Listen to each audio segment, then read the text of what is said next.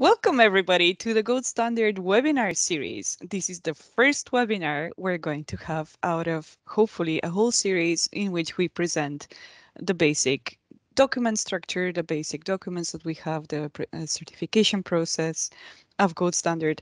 And today we have two very interesting topics, which are the preliminary review request form and the SDG tool. We have a very interesting panel with Hugh, Salway and Kranav, Sharma here, and myself, Marta Djourdjin.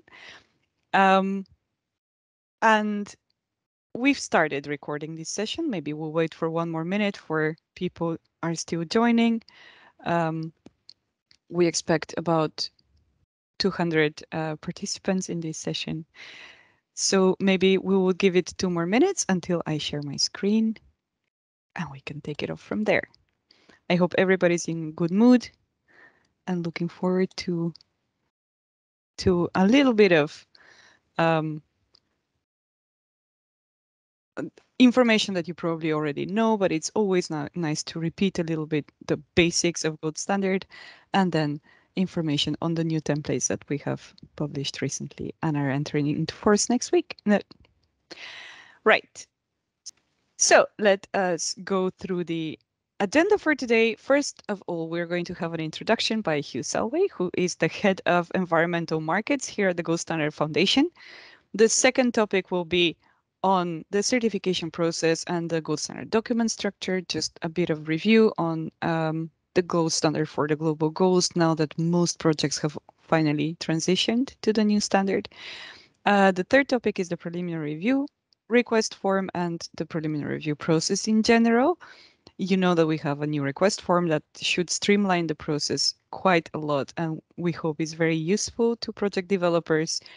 That enters into force on the 8th of March.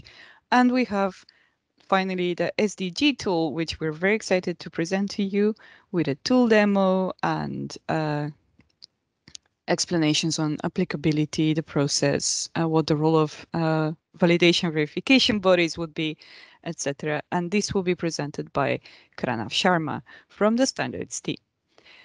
Without further ado, I would like to pass the baton to Hugh Salway. Take it away, Hugh.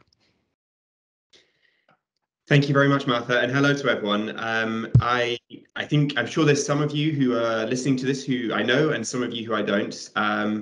And I'm sure as well that there's some of you who are very familiar with Gold Standard and then others who are less familiar and newer to your Gold Standard journey. Whichever camp of those you fall into, a very warm welcome to you and thank you for joining this webinar today.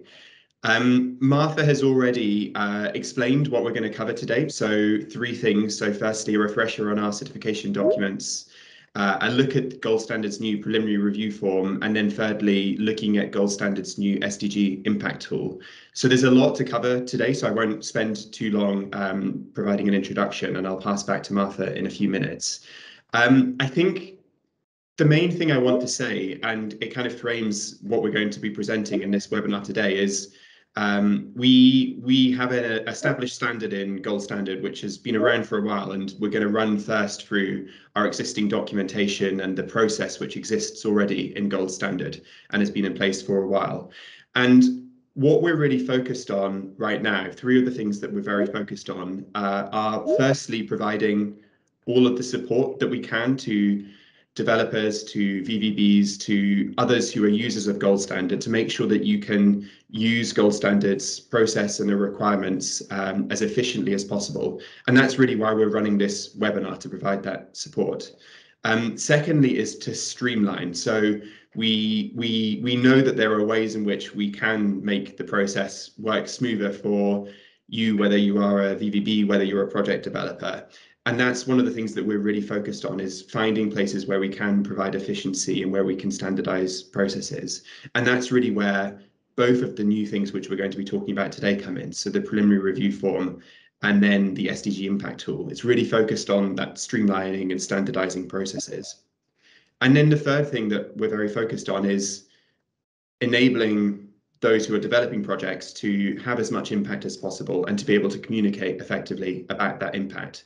And that is really one of the priorities for the SDG impact tool, which we're going to be sharing information on later. Partly it's about streamlining the process and making sure that information can be captured in a more standardized way. But another huge part of this is about allowing developers of gold standard projects to more clearly and robustly communicate to buyers or to governments or to others the impact which you're achieving on the ground and to be recognized for that. And that's really what sits behind it. Sustainable development has always been a big part of what we do in Gold Standard and what we enable through projects. And it's really about making that work as well as possible. So we're really excited to share these things with you and to take your questions on them. And I won't take any more time. I'll pass back to Martha to run through the first item. So thank you very much and enjoy. Thank you very much, Hugh, for this wonderful introduction. It's always good to take a step back and to see where are we and what are we doing all this for. So the first slide that I would like to present to you is on the principles that govern the gold standard. Why do we even have a gold standard? And everything that we do is based on these 5 principles plus the gender equality requirements. Every project needs to prove eligibility with these principles and requirements, so I'm just going to present them very shortly to you. Basically, gold standard stands for Principle 1, contribution to climate security and sustainable development. We know we're a climate standard, we're known as a climate standard, but we have been standing for projects that really contribute to much more than just mitigating climate change. So there's 2 things that are very important in showing compliance with this principle or eligibility under this principle, and these are the baseline assessment. So we always, in order to know what our impact is, we always need to know what the baseline situation is, what would have happened without the project. And the second one is that we need to identify at least 3 sustainable development goals that the project really aims to have impact towards. One of them has to be SDG 13, which is the one related to climate change, mitigation, and adaptation. The second very important principle is safeguards. We used to call this the do no harm assessment, and this is really at the core of the gold standard. Every project needs to be very clear about any unwanted or unintended impacts that it might have on the local community, on the economy, on the environment, on human rights, etc. That is why we have the safeguarding principles assessment in the very early stages of project development under our standard. Another thing that happens in the very early stages is the stakeholder consultation, because stakeholder inclusivity is one of our main principles as well. Unlike other standards, we have very, very strict and very elaborate requirements around stakeholder engagement. First, in the beginning of the project, when the project is being designed, and afterwards in a continuous input and grievance mechanism throughout the project cycle. The fourth very important principle is, of course, demonstration of real outcomes. We cannot communicate that we have impact towards mitigating climate change or any other sustainable development goal without having monitored, reported, and verified these impacts first. So a lot of the project cycle goes, and a lot of the effort in Gold Standard goes towards setting up these systems and then really verifying real outcomes.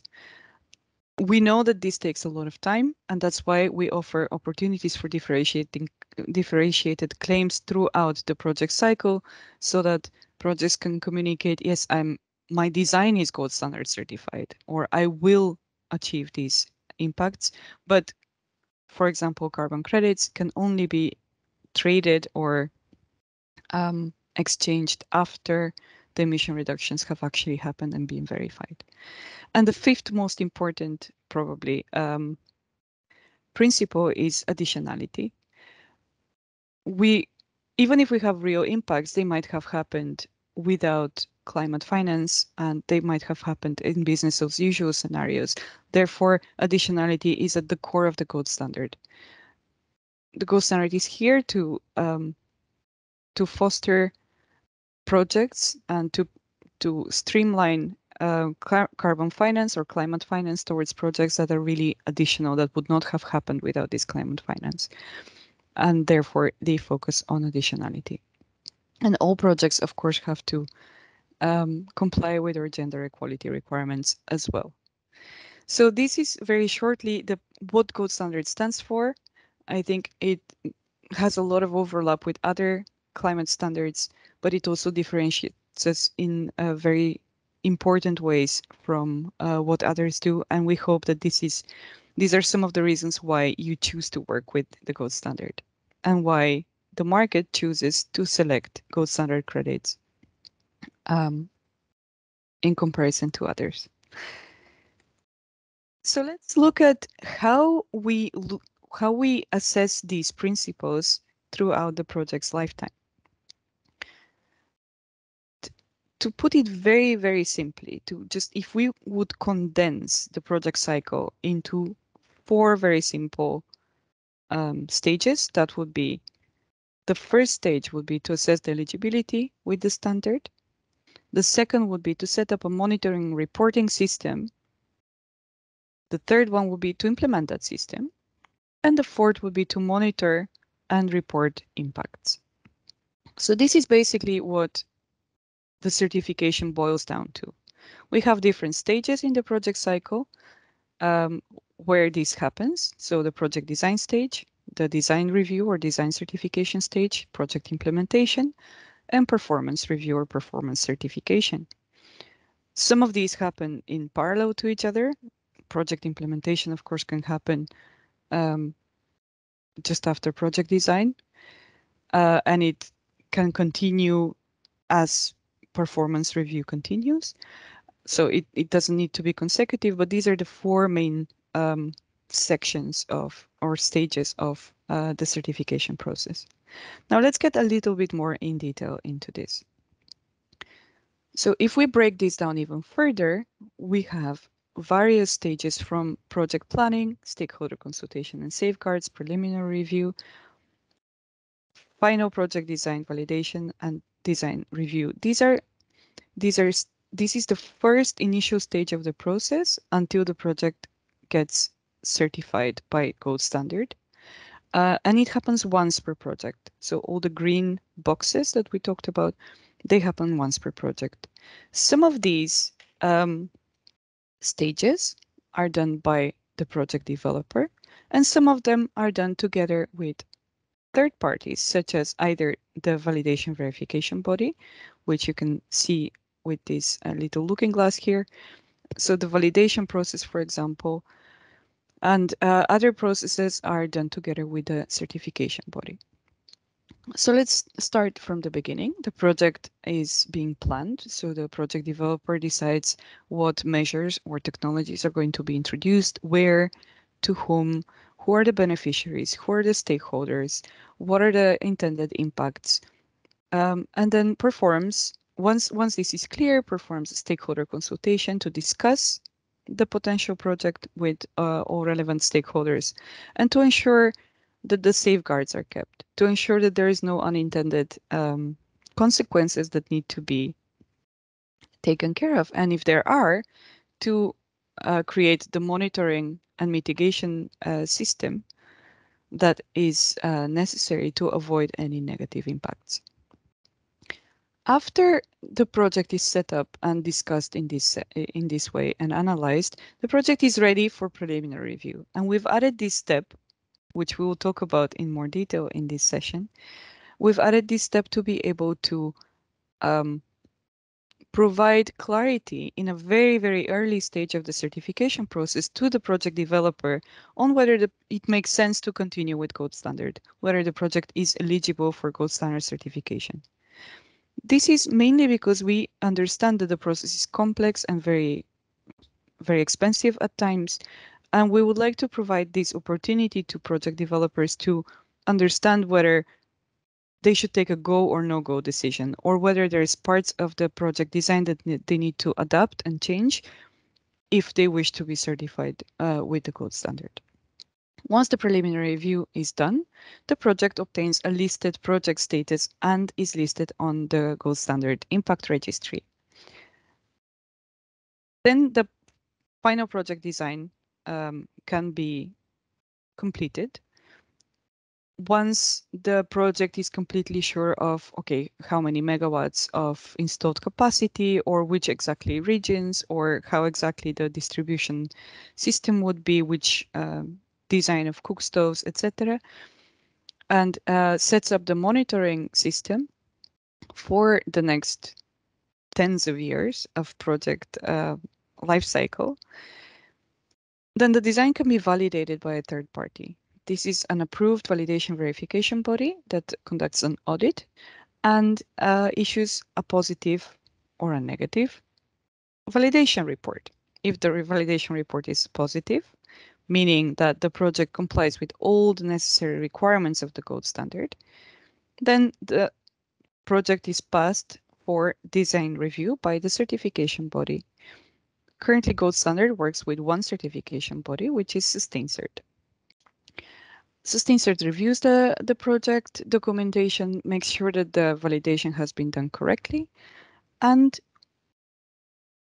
if everything is positive at the end, the project obtains a certified design status in the gold standard registry. This means that the project can claim exactly this, that it has the potential of reducing emissions or whatever impact it has been selected, and that it has certified design. So all of this until now happens once per project. Afterwards, we go into the monitoring, reporting, and verification stage, which is basically the implementation of the project and the implementation of the monitoring system. Every time a project would like to make actual claims for impact, it needs to go through another three-step process. First, a third-party verification by an approved VVB, which involves another audit, then a performance review by SustainCert, or which is the gold standard certification body, and finally the issuance of any products that the project is eligible for, such as emission reductions. Claims can be made at this point once the impacts are really measured, reported, and verified. Every project has either a renewable or a fixed crediting period. If a project has a renewable crediting period, usually of 5 years, then the project needs to renew the project design regularly in order to make sure that the project still is eligible for gold standard and still update the context, update the baseline, etc. So this happens once every crediting period. This is in summary the gold standard certification process. What we're going to talk about in this particular session is mostly the preliminary review stage, the first stages of the process, and we'll get into the preliminary review process and the sustainable development assessment. Now, the second topic, or the third topic I would like to discuss with you today, is the document structure of the gold standard. I'm sure many of you are aware that we have a very complex document structure. There's unlike other sustainability standards, we have many more documents that have different functions and are not always very straightforward to understand for someone that has not spent a lot of time in the carbon market. So let's go through the reasons why the document structure is as it is and what it actually does. And hopefully that would make it easier to navigate.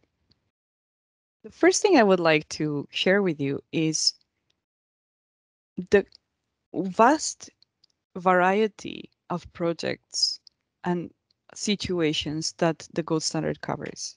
There's so many possibilities for fighting climate change and for having impact towards the sustainable development goals, from shipping through landfill gas through biogas plants in rural areas, solar home systems, and all of these possibilities for having real impact towards the SDGs needs to fit within the same documents.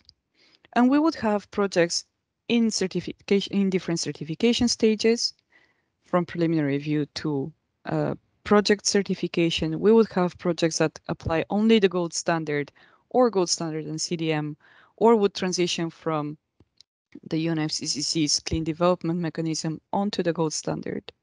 We would also have projects that are in different scales, from very micro, very tiny projects to large scale projects. There will be projects that are standalone, such as a landfill gas on one landfill, uh, capturing landfill gas for energy generation, or a distributed project that might have thousands of families involved, thousands of households around the country having solar home systems, or a program of activities which replicates the same type of project over different areas, maybe even different countries. And we even have landscape type projects, or we're getting into fund certification, scope 3 certification, etc. We also have different project activity types. As we mentioned, there might be community services projects or renewable energy projects, land use and forest projects, urban development projects, infrastructure, with different sectoral scopes for which the validation and verification bodies have to be approved. And we work in different sectors such as transport, agriculture, water, etc. These projects might have different claims that they might do. Some projects only reduce emissions, others have health benefits or water benefits, or issue renewable energy labels, or other impact claims such as financing impact towards the SDGs. And of course, there's all the different SDGs that projects contribute to, with the main focus on SDG 13 that all our gold standard certified projects have to prove impact towards. So there, as you see, there's many, many possibilities. And if we take just two examples, we might have a wind project that is in verification stage, applies gold standard and CDM, is large scale, standalone renewable energy projects that reduces emissions and contributes towards SDG 7, 8, and 13. And at the same time, we would have a cook stove project that distributes cook stoves and water filters, let's say in rural Ghana. That is a preliminary review stage that is only gold standard, that is micro scale distributed project, uses the community services requirements, and covers energy efficiency and water sectoral scopes, and has methodologies for that, and claims not only emission reductions but also water benefits and health benefits, and aims to create impact towards a wide variety of sustainable development goals. So each of these very, very different projects in very different contexts has to use the same documents to be able to go through the certification process. So in order to allow both these projects to go through the certification process, we have thought of the following document structure. First of all, we have the principles and requirements that apply to all project types in all the project stages, in the certification stages. These are the principles and requirements document and other core and optional documents and the related tools and templates to them.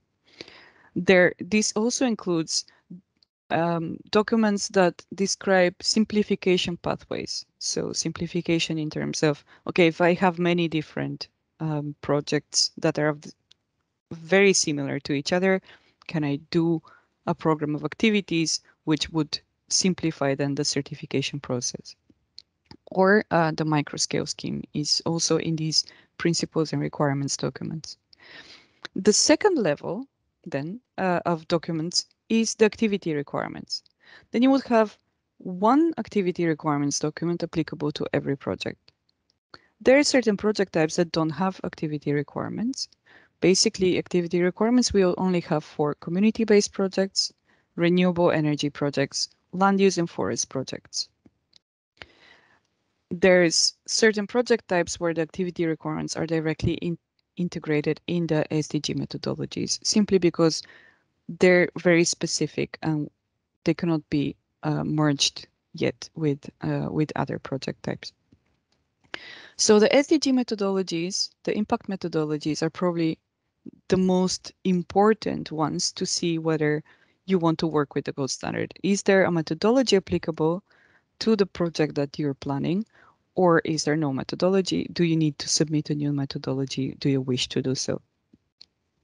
And there are several methodologies applicable sometimes to the same project type. So for example, for a cook stove project, there are several different methodologies that depend on the scale, on the type of cook stove that is used. The same way for a wind project, there will be different methodologies depending on whether the wind farm is grid connected or not, whether it is a large scale or a small scale.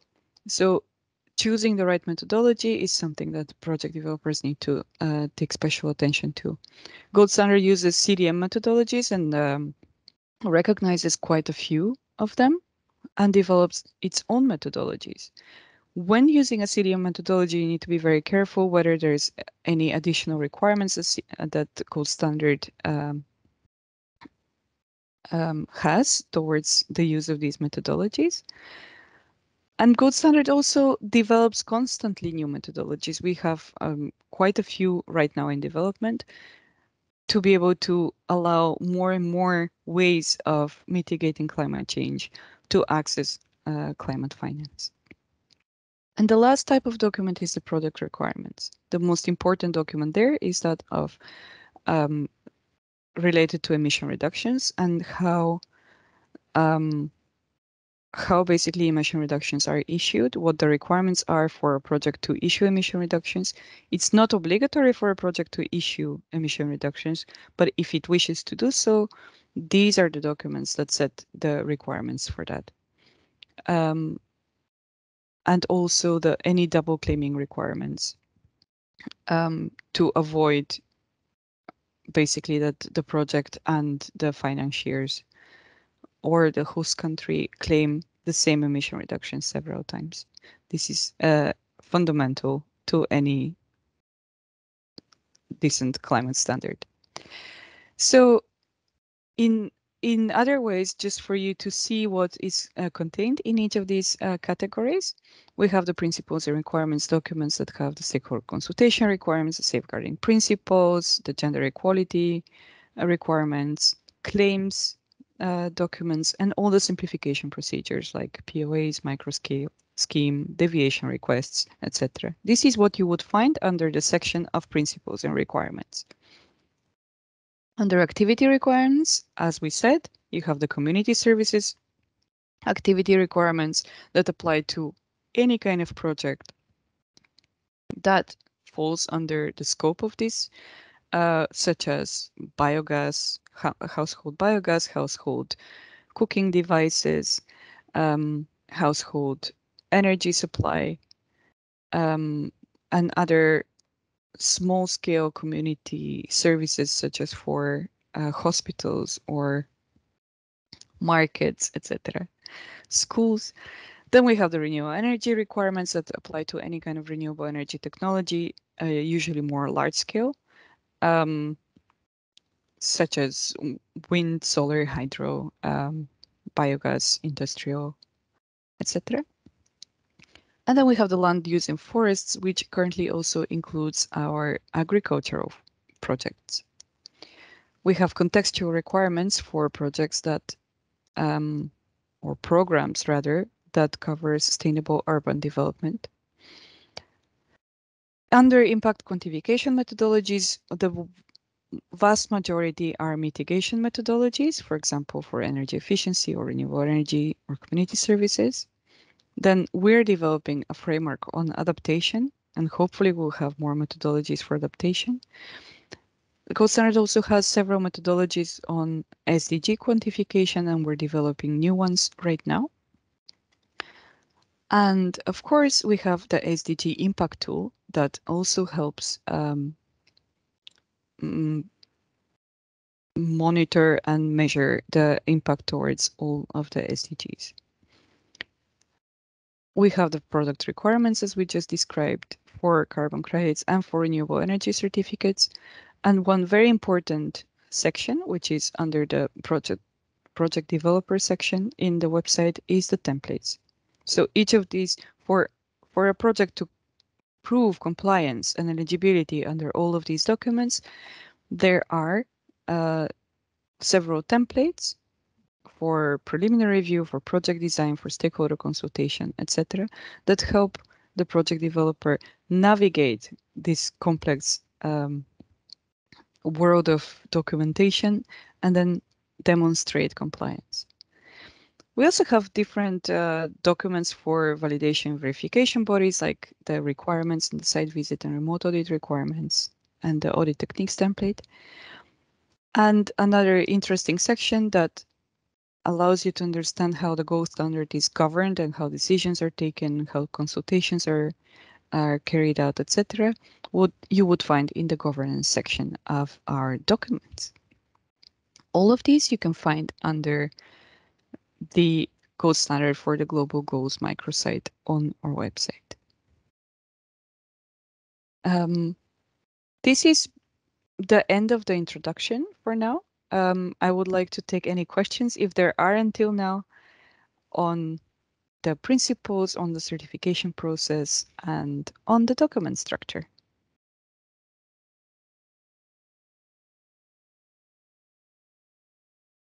Maybe something that I forgot to mention is that we will have question and answer sessions now, one after the preliminary review section of the webinar and one after the SDG tool section of the webinar. If you want to send in your questions, please use the chat form for doing that. Kranav, maybe if I could ask you to check the chat and see if there's any questions coming in. Yeah, thanks, Martha. We have one question, and it pertains to the urban development document, and the participant has asked whether there's any uptake on that particular document thus far. So yeah. Thus far, we don't have much uptake of that document, but we hope that as countries are really developing their NDCs, their nationally determined contributions, we're seeing interest towards more holistic approaches in cities. So we hope that this would become a more relevant document in the future. Thank you for the question. And if you have interest in sustainable urban development, please get in contact with us. Martha, we do have a couple of hand raises, so I would request those participants to please provide your questions in the comment box. We'll be more than happy to address them. Yeah. Okay, so we have received a couple again. So the other question is there any comprehensive methodology / framework being done on agriculture side? Yes, we are currently working on our agriculture activity requirements. We have developed several methodologies in agriculture and are working very hard on another set of methodologies in the agricultural sector. We know that this is a huge growth sector right now and with a lot of interest from all sides. And what you will see hopefully this year is that the land use and forest requirements will be split into afforestation, reforestation, and agriculture requirements so that we can provide more customized guidance and requirements for agriculture projects specifically. As this, we hope that this sector grows quite a lot in the coming years.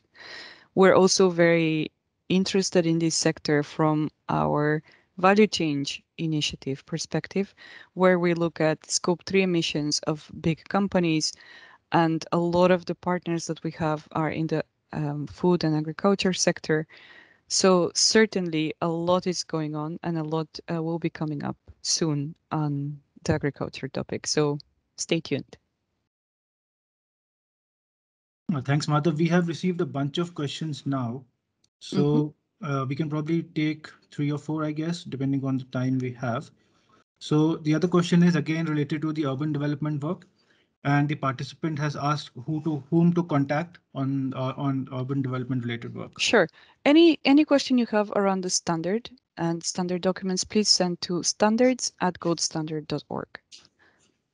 In the last slide, I'll show you that that email address, and you would all receive the presentation, but it's just standards@goldstandard.org. We'll be very happy to help you. You always have the option of contacting help@goldstandard.org, and we'll also distribute whatever query you have to the right people.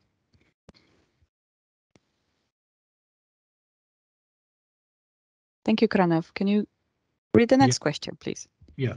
So the other question is there any existing methodology around soil carbon? And I'm guessing it's the soil organic carbon framework methodologies. Yeah.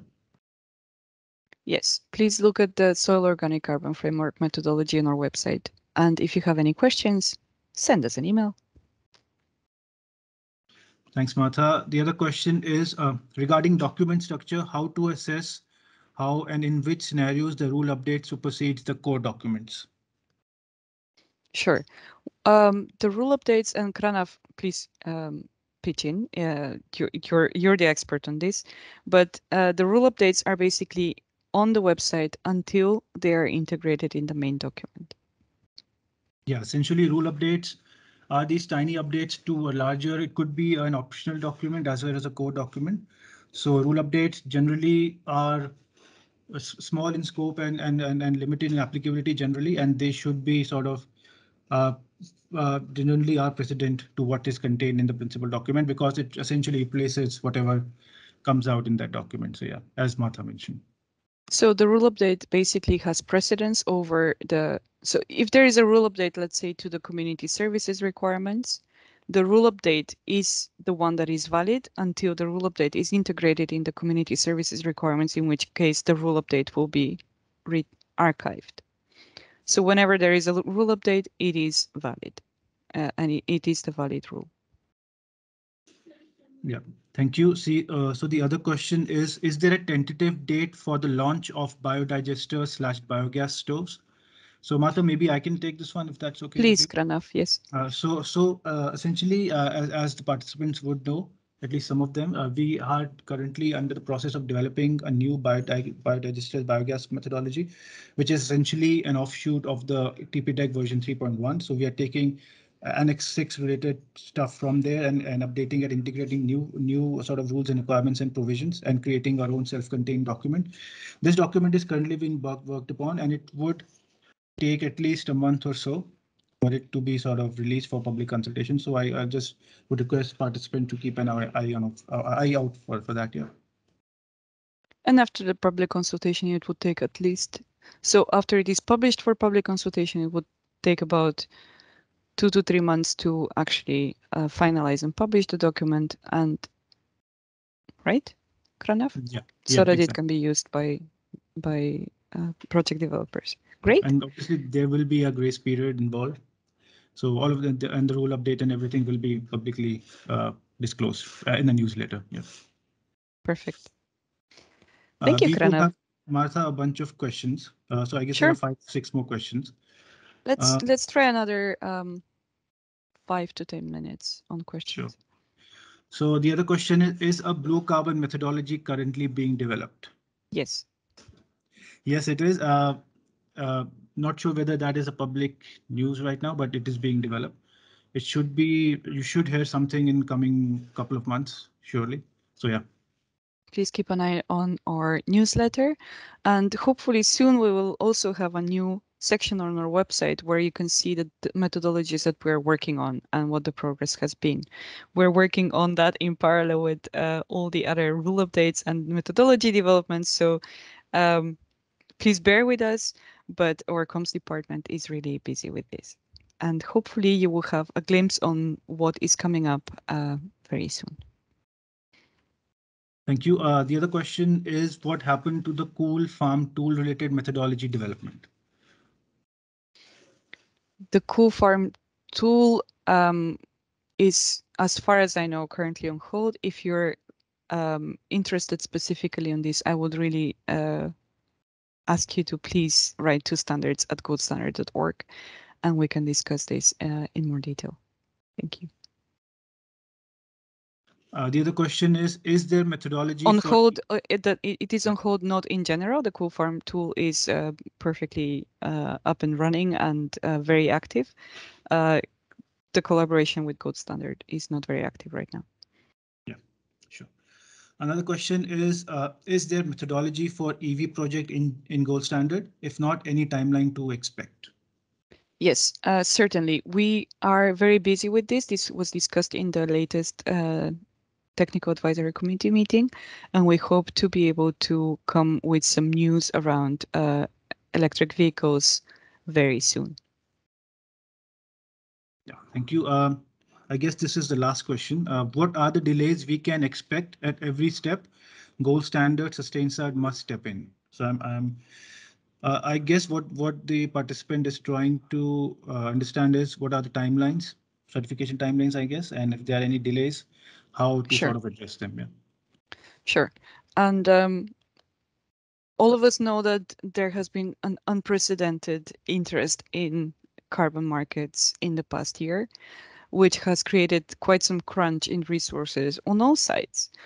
We had some 10 years of relative calm where there were very few projects being registered, very few projects being certified, and suddenly we're coming out of hibernation as a sector. And this creates quite some crunches in our timelines as Gold Standard and SustainCert, and we would like to apologize very much every time, sincerely, for this. We also have had certain deadlines that have created quite some bunching up of projects being submitted at the same time, which also has created some of these issues. We're learning from this, and we'll try to not have such deadlines in the future. And we hope, as we're staffing, we're constantly staffing. SustainCert is restaffing as well and retraining. We hope that delays and backlogs will be alleviated very shortly. Something else that we're doing is that we're embarking on a digitization journey in which we would hope to streamline processes. The third thing, as Hugh mentioned, is of course these tools that we're creating that make the review process much simpler. And now that we get into the preliminary review form, you will see how the introduction of the preliminary review form will hopefully simplify the work of SustainCert and will take and of the VEB and the project developer, sorry, not the VVB, and the process would then take less time and fewer rounds of discussion. So there are many different ways in which we're trying to tackle the time it takes to certify a project, and we hope they would work.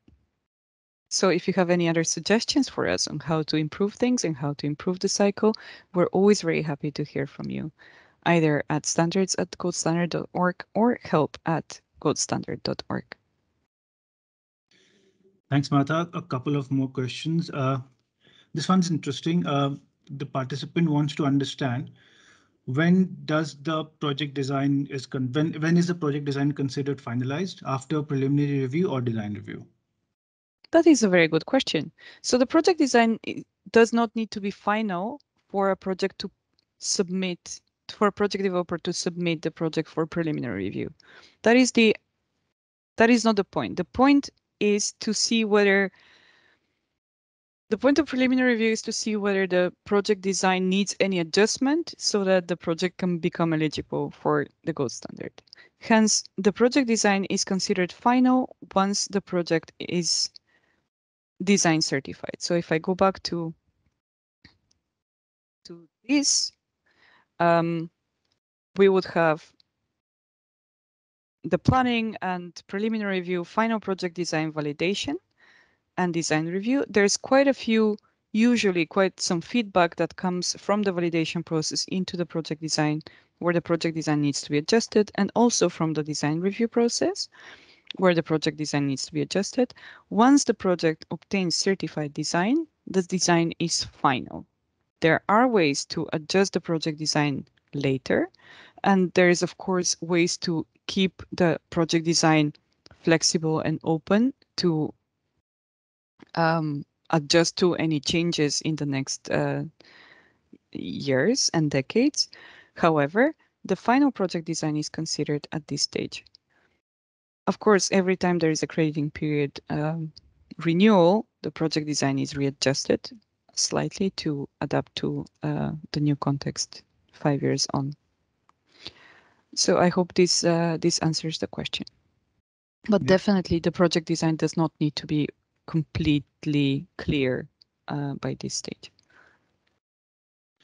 Thanks, Martha. Another question, and I can probably take this one if it's okay with you. Sure. Which methodology would methane reductions from livestock production fall under?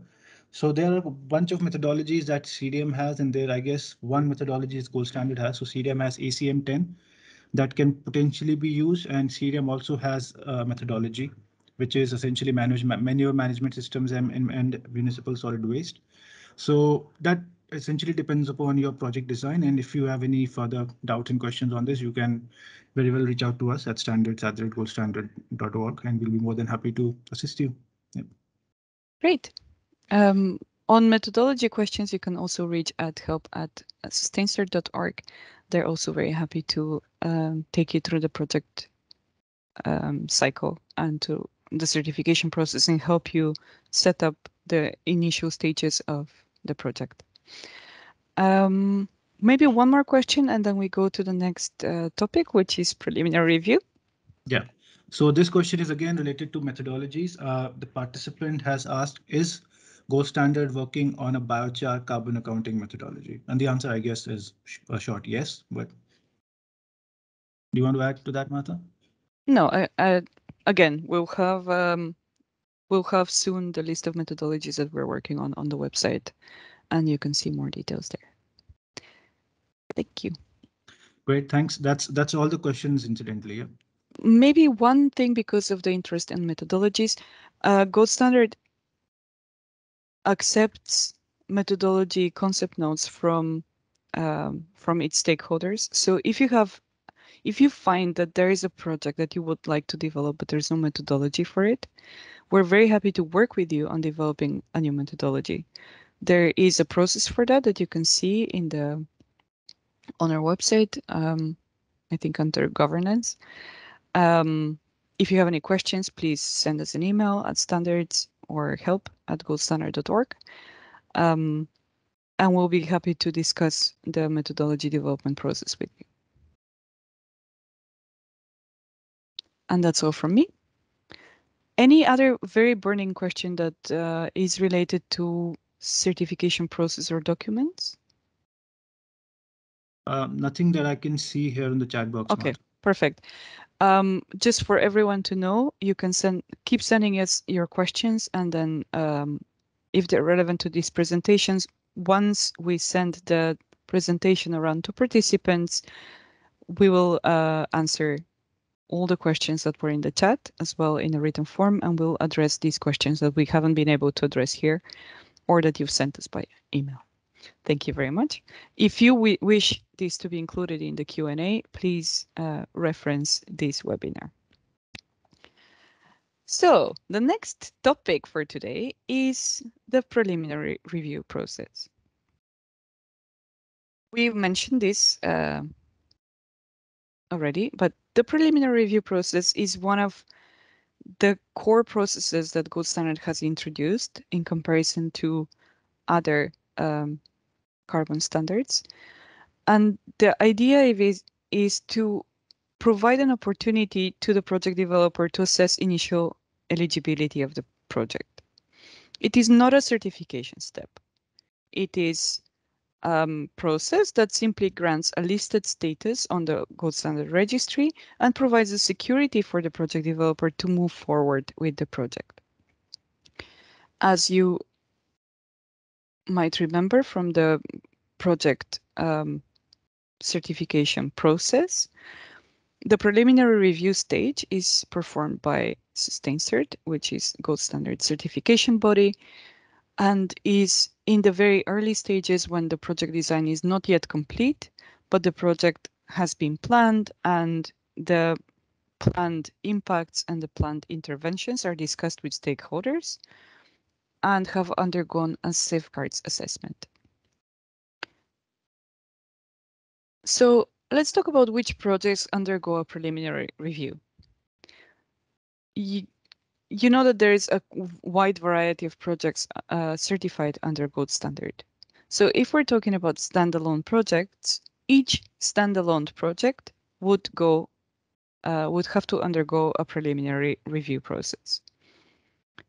For programs of activities, the actual program of activity umbrella of projects has to undergo preliminary review to ensure that each project that is added under the program is also eligible in the future. There's particularities about what the fee includes in a program of activity. So there's one VPA, voluntary program activity, or CPA, certified project program activity. No, component program activity listed together with the POA. For all the other VPAs, please check the program of activity requirements because there's specific requirements depending on what kind of VPA or CPA we're talking about. Now, for projects that have transitioned from the clean development mechanism or are transitioning from the clean development mechanism, there is also a preliminary review process. However, it is quite different because these are projects that have already been registered under another climate standard and simply need to check if the additional gold standard requirements around stakeholder consultation and stakeholder engagement about safeguarding principles, etc., are also complied with. So there's different forms for that called the transition request form. And there's a form applicable to different types of projects. So in this session, we're going to focus on the preliminary review request form for other projects that are not transitioning from CDM. Now, what are the requirements for conducting a preliminary review? The first step, and you can find much more information on the SustainCert knowledge database. The first step would be to create an account in the SustainCert app if you don't have one yet. So for new project developers that have never worked with Gold Standard, you create an account with SustainCert app. For project developers that already have other projects, you simply access your account and create the new project. Then you compile all the necessary documents, which include first the preliminary review request form, the project design document draft. Again, the project design does not need to be complete at this stage, but the more information you have, the better idea you would have of whether your design is adapted to the gold standard after the preliminary review stage. Then the local stakeholder consultation report, as the stakeholder consultation should be performed before applying for preliminary review. The cover letter that establishes the communication lines between gold standard and the project, the terms and conditions of using the gold standard that define the property on data, legal issues between the project and gold standard, etc. Very important document. And of course, the terms of use of the gold standard registry. There's quite a few more requirements for land use and forest projects because in order to assess eligibility towards the gold standard, there would need to be a performance risk assessment and of course the geoinformation system layers that allow SustainCert to assess the eligibility of a forestation, reforestation, or an agriculture project. Then, what is the process?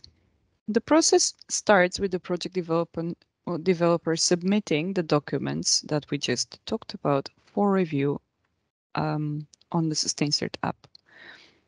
The project developer then books a review. Please note that there's at least 2 weeks of notice before a review can be booked. Sometimes there's more depending on the kind of the number of projects that are applying for preliminary review. Then the project developer pays the preliminary review fee. Please note that according to the principles and requirements, a submission is only complete once this preliminary review fee is paid. And this is important because the date of submission defines many other things in the certification process, such as the applicability of methodologies, the applicability of certain documents, standard versions, etc. So this moment of payment of the preliminary review fee has become a very important milestone in the certification process. After this, SustainCert picks up the review documents, lists any forward action requests if necessary. After reviewing all the documentation, all the answers provided by the project developer, and might provide some observations or clarifications that are indicative for the validation verification body and for the project developer to take into account in the next steps of the certification process. Now, the timelines. Until now, we had a timeline of 4 weeks or more, and sometimes this timeline would get extended because of several rounds of review of the preliminary review process. What we're aiming to do with this, with the preliminary review request form, is to have a timeline of 7 days for the preliminary review process for frequent project types such as renewable energy projects or frequent community services activities.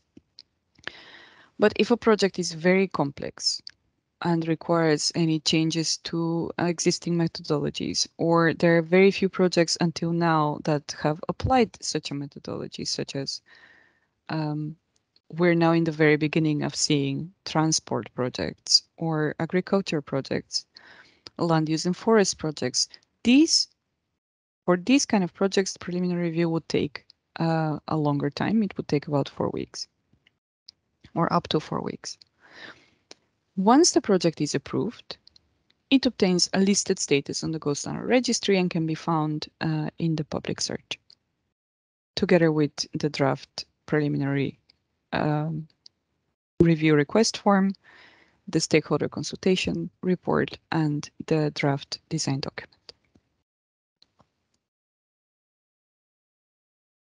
Now, what I would like to present to you now is the preliminary review request form.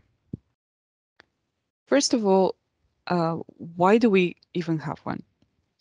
And the reason for the preliminary review request form is that we would like to guide the project developer through the first stages of the project development process.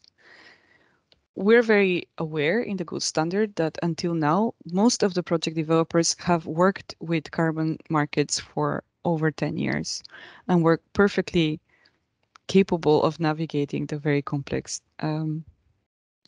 maze of requirements, procedures, and templates.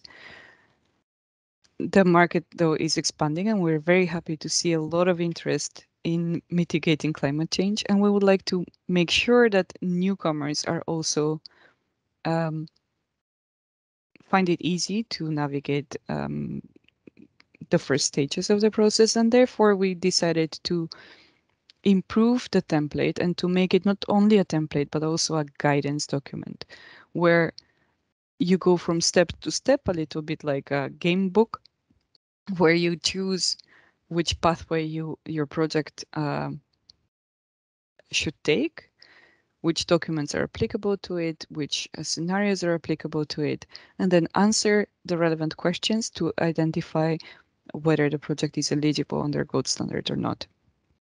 There are therefore references to all the key requirements, principles and requirements, sustainable development assessment, the safeguarding assessment, stakeholder consultation, activity requirements, and methodologies. And then there's also a checklist of all the key steps and documents. that need to be uploaded together with the preliminary review request form. The point here is to streamline the preliminary review process and ensure the completeness of the submission. The more complete the submission to SustainCert, the shorter the time for the answer from SustainCert, and the better the idea of whether there's going to be any issues at validation and design certification stage. So this is why and how we created the preliminary review request form. And now what it contains. The first section is actually for SustainCert. It should not be completed by the project developer, but it will remain there in the publicly disclosed document to capture the date of listing, to capture the decision and any forward action requests so that the validation verification body can refer to this in a later stage. The second section of the document is the key project information document. It includes the preliminary review documents checklist, so which documents need to be uploaded on the SustainCert app together with the preliminary review form. It includes questions that help position the project in the matrix of project types. So is it, what standard does it apply, what scale it is it individual or group project, what activity requirements might apply to it, methodology, which SDGs, etc. So in order for the reviewer to understand what project we're talking about and which requirements apply to the project, we can collect this key project information in the preliminary review request form. This is further explained in the project design document. But this key project information would provide a summary of that. That also helps then, let's say, buyers or anybody else that is interested in a project to just open this document and understand, oh, okay, so we're talking about this kind of project. The third thing that is contained in the second section of the document is a declaration by the project developer or representative that, first of all, ensures that the answers provided in this form are correct. And second, acknowledges the role of the preliminary review process, that this is not a certification step. It is simply for information, and yet it is an obligatory step in the certification process. Now, the third section is the one that I'm most excited about. And this is where we hope will streamline the preliminary review process the most.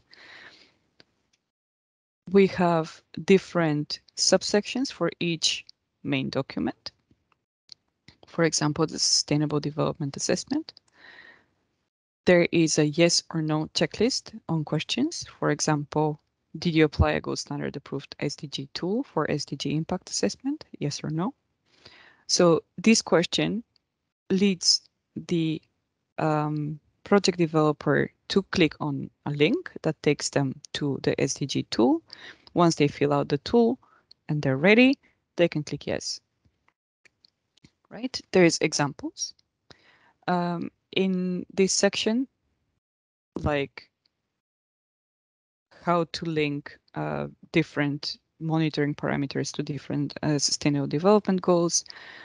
There's key requirements mentioned with a link to the actual document of things that project developers should think about when talking about sustainable development assessment. And this helps, if you would read the principles and requirements document, there's so many requirements that you need to use at different stages of the project that it's very difficult to connect then these stages to these requirements. What we do in the preliminary review request form is to do the opposite. Okay, you're doing sustainable development assessment. Please take note of this specific requirement in the principles and requirements. And the same with the rules and references.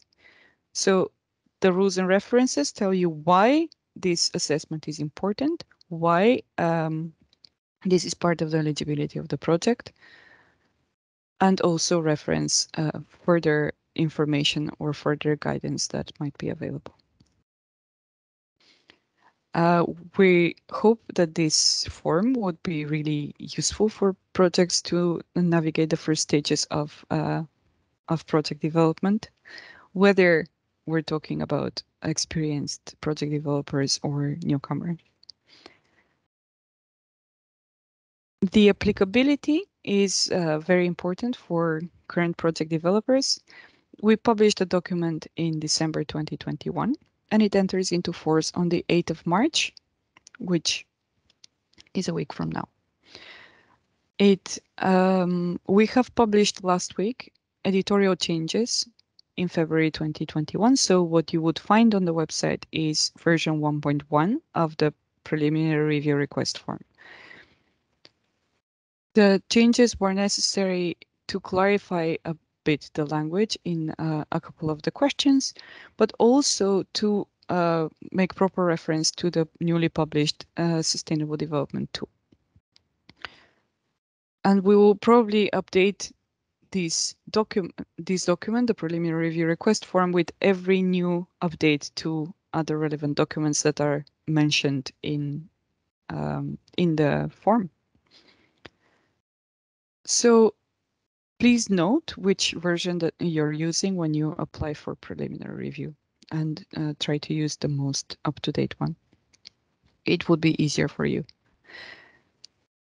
So the preliminary review request form, as it is obligatory for use by all projects that are requesting preliminary review, except transitioning projects, on or after 8th of March 2022. As we said, the date of requesting counts as the date of payment of the preliminary review fee. And that is, for now, basically all I wanted to say about preliminary review and the preliminary review request form. And I would like to ask you if you have any questions for me. Martha, we have now a couple of questions. The first one is, the participant is saying that there is no link on website from SustainCert to register. Can you please share the link here? Sure, we will share the link together with the Q&A. There is a very nice new section on the knowledge database on preliminary review from about a month ago, which was made after the update of the SustainCert app, with a step-by-step guide with screenshots on how to create this. So if you go to the knowledge database and you look for preliminary review, you can find this, but we will make sure to send the link along with any other references and answers. Thank you for this great question. Okay, another good question, I guess. How is requesting for preliminary review defined? Is it both submission of relevant documents plus payment of fees? Yes, that is correct. So you need to submit all the documents and pay the fee, and that would count as submission for preliminary review. That is also defined in the principles and requirements document. Yeah, I think that is a very important distinction to mention here. Yeah, thanks for that question. Only two questions as of now, Martha. Do you want us to wait? Sure, let's wait another couple of minutes for people to process all this. And what we would also like to hear is if anybody has had any experience with the form yet, and if you have any feedback for us, so not just questions. Any reactions to the form for now? Are you happy with the introduction? And of course, if you have any suggestions on how to improve it or how to make it even more useful, we will be very happy to hear from you and to consider these suggestions. Again, you could write to standards@goldstandard.org or help@goldstandard.org.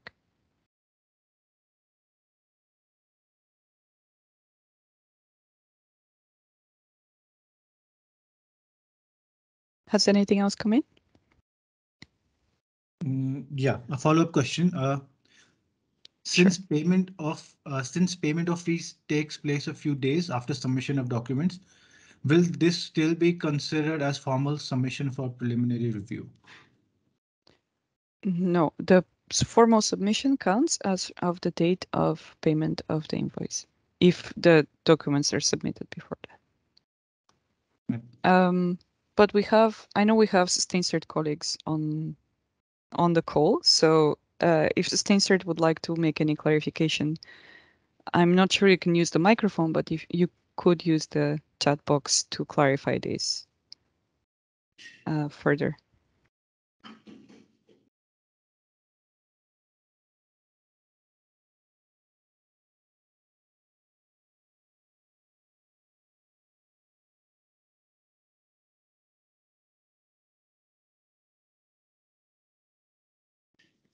Let's just give them a minute, and then the clarification will be in the chat, which I think all participants can see. Do we have any other questions, or shall we move to the next topic? No other questions for now, Martha. Perfect. So the next topic that I'm very excited to introduce and leave it to our very best Kranav Sharma, who is from the standards team and has worked very hard on this tool together with a lot of colleagues and a lot of input from stakeholders. I leave it up to you, Kranav, the Sustainable Development Goals tool. Thanks, Martha, and hello, everyone. Martha, can I just request control from you? Of course, Share I'll my stop screen. sharing. And can you just try to share? I think you don't need any further control. Yeah.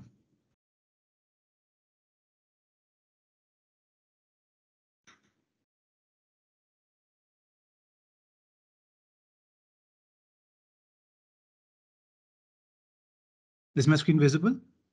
Yes. Got it. Maybe if you make it large Yeah. screen, we'll see if it works. Is this okay? Perfect. Okay, thank you. Hello again, everyone. Glad to have you here with us. I'm Kranav Sharma, part of Gold Standard's technical team and a colleague of Martha's. So as you well know, Gold Standard for the Global Goals requires all projects and activities to demonstrate direct and clear contribution towards SDGs, and with SDG 13 being mandatory in that requirement. As of now, project developers, and you would know it best, have been using their own approaches to claim SDG impact, which of course, in our view, is quite complicated to handle. And these sort of approaches are evaluated by VBs and gold standard during certification as well. These approaches are diverse, as I mentioned, wherein project developers essentially are using different to slightly different monitoring indicators to demonstrate essentially the same SDG impact, say for SDG 8, which is decent work and economic growth. So citing this particular issue and situation and a host of other motivations that we have, and they will become abundantly clear as we move along with this presentation. Gold Standard has developed and put into force in the coming couple of weeks an SDG tool, which the project developers are required, and underline that, required from that particular threshold date, which will come to later, to use it for identifying, quantifying, and monitoring all the SDG impacts that they are usually doing through their own different approaches, as I mentioned earlier. In the next half hour or so of this particular session, we shall be discussing the key elements of the SDG tool, including its structure, its scope, and applicability as well. And further provide a live short demonstration of the tool itself. We'll be shifting from the PPT to the spreadsheet format. And this is essentially to aid understandability and adoption amongst key stakeholders, which obviously is project developers, VVBs, and the like. So to start with, we just wanted to provide a brief introduction to the SDG tool. And as I've already mentioned, the Gold Standard has recently released the SDG tool, which essentially is or was built using the SDG tool guidance document, which was developed by Gold Standard and a host of other agencies, as you see in front of you, back in 2019. And this particular document provides guidance for a host of key stakeholders, which includes host party governments as well as standard bodies, to develop their own SDG tools. This can obviously be used by corporates and other organizations as well.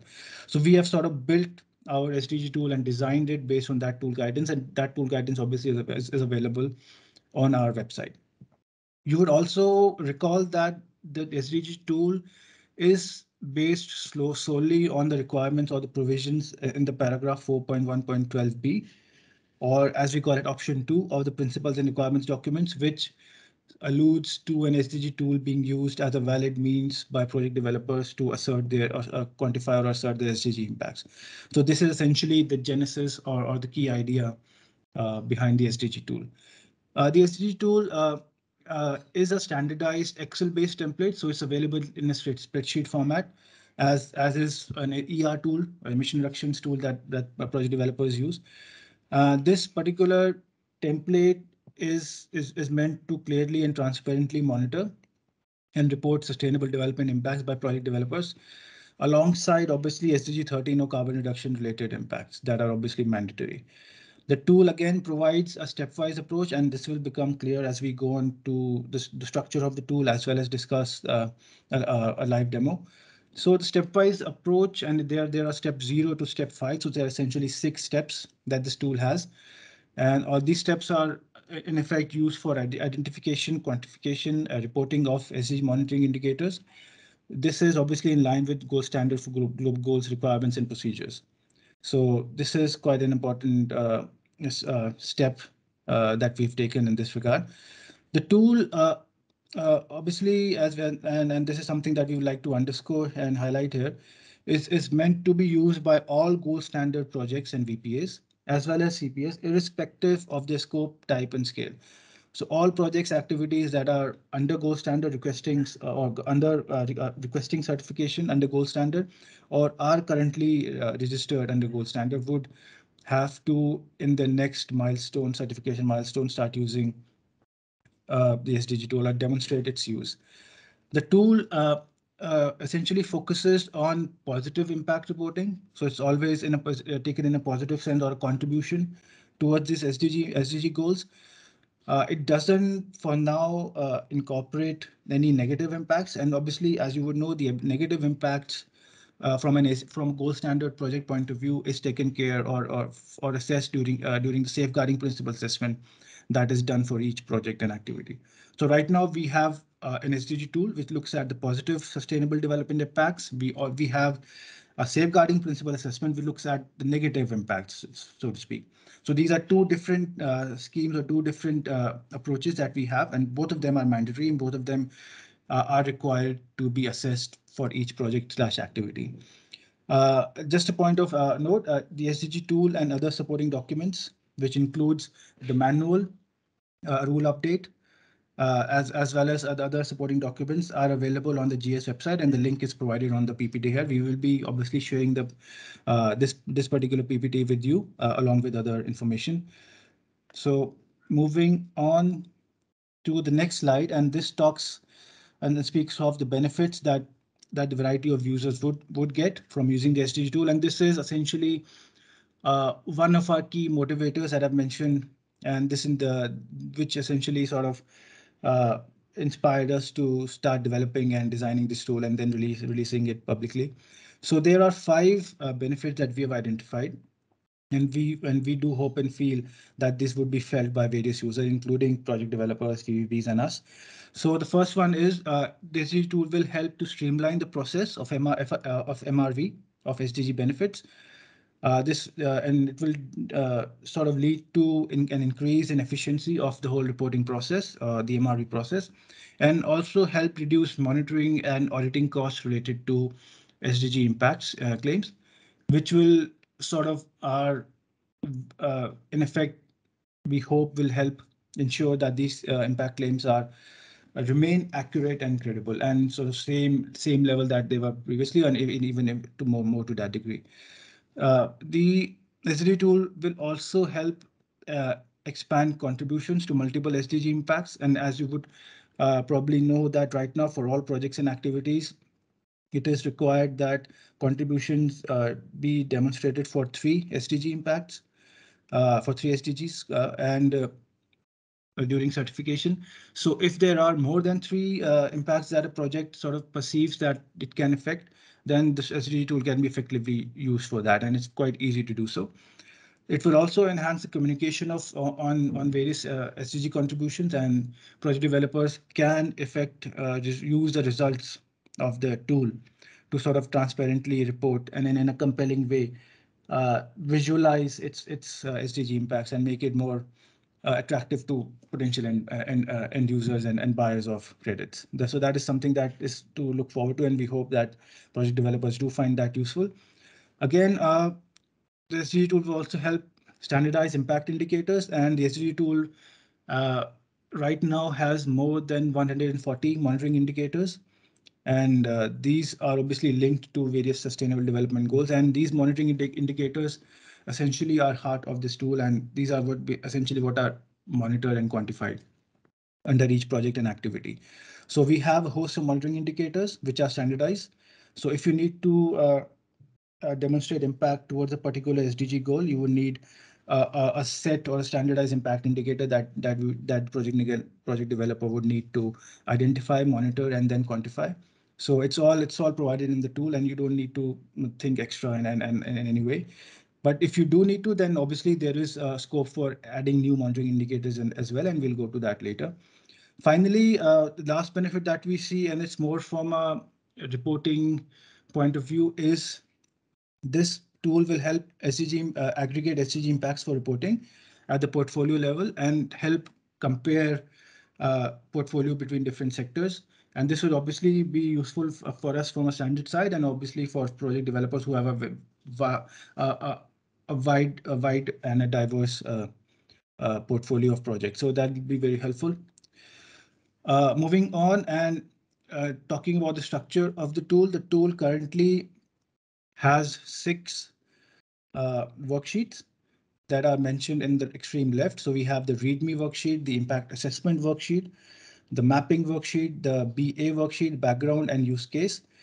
Mapping, BA, and background worksheets are essentially quote unquote background worksheet that contain useful background information data that sort of feeds into the main tool.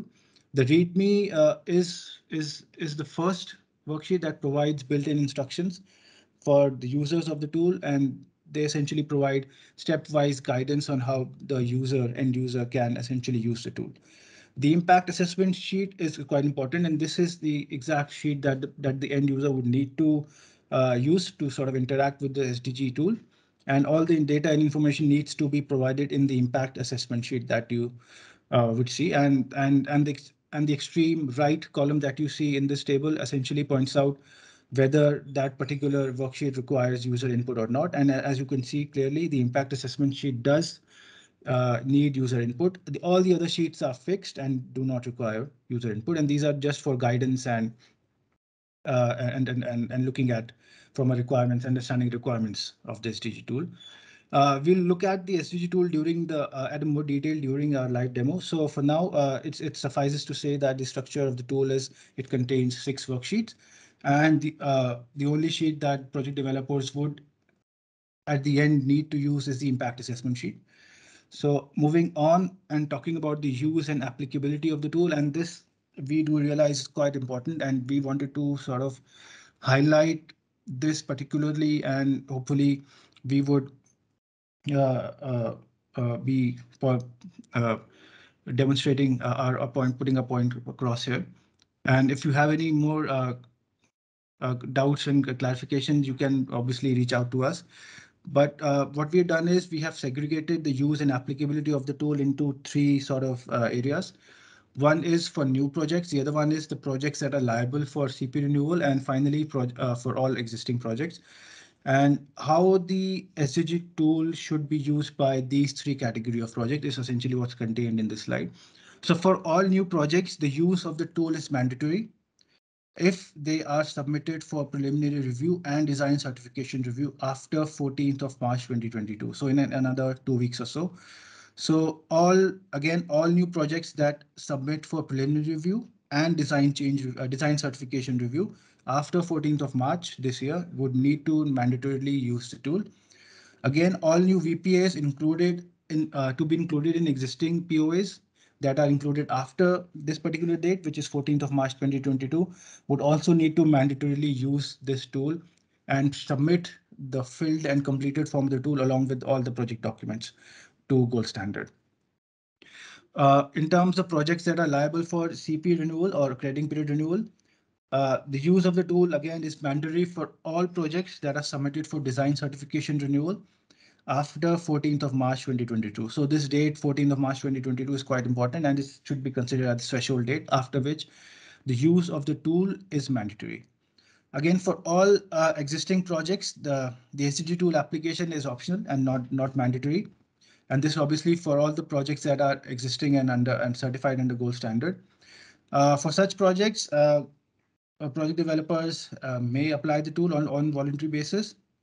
So what they need to do essentially is make applicable changes in their monitoring plan to incorporate the tool itself and submit a design change request to Gold Standard. So this is essentially the brief process of how a project can shift from their own approaches to SDG assertion to using the SDG tool.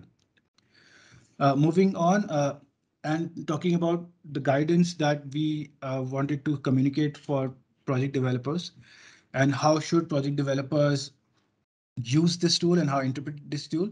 So essentially, the PDs shall submit, as I mentioned, a completed sustainable development goal impact tool as part of the project documents, as I mentioned, and this should be done during requests for preliminary review, which is to sustain cert, request for validation and verification to VVB, and again during design and performance review to sustain cert.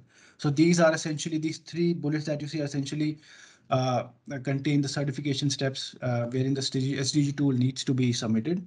So it needs to be submitted during preliminary review in a completed form, during validation and verification, obviously in a corrected form. If the project developer feels that it needs to update and add certain information during validation and submit it to validation and verification body, it can do so, obviously. And it also needs to submit it during verification, and it should be complete with all the information that is actual and not projected. For validation, obviously, it can be ex ante, but for verification, it needs to be export, and it just needs to contain monitored and actual data. Again, same goes for design review. It can contain ex ante data for design review and submit the SDG tool to sustain cert. For performance review, again, it needs to contain monitored and actual exposed data. So this is essentially how the SDG tool needs to be submitted to various players, up to stakeholders, and during various certification steps. Now, further guidance on a few key elements here for SDG 13, which is essentially climate change mitigation. And SDG 13, as you would know, the methodology, the steps to calculate SDG 13 are essentially contained in a particular methodology. The project developer shall carry out the detailed calculations for SDG 13 in the project document itself. So it should be done in the PDD or MR as it's done right now, and they should continue this process. They should essentially summarize their results of this details calculation assessment for SDG 13 in the tool. So SDG 13 related calculations are not required in a detailed sense in the tool. All the details should be included in the project document. For all other SDGs, detailed calculations should be provided in the tool, and results should be summarized in the projects document. So you can essentially pick out a summarized version of the tool for all other SDGs and copy paste that into the project documents, whether it's PDD or MR. Also, the project developer shall ensure completeness and accuracy of all information in the tool at every stage. This is true for all other elements of project design as well. So it holds true for SDG related assertion as well.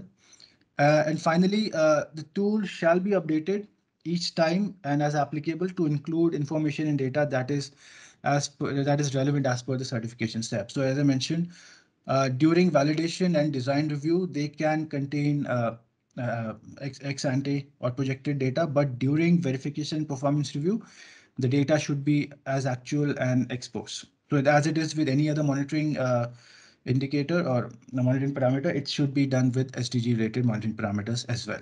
And I'm sure project developers would know that, and they just need to continue with the process that they are continuing, but use a different sort of mechanism to assert their SDG impacts.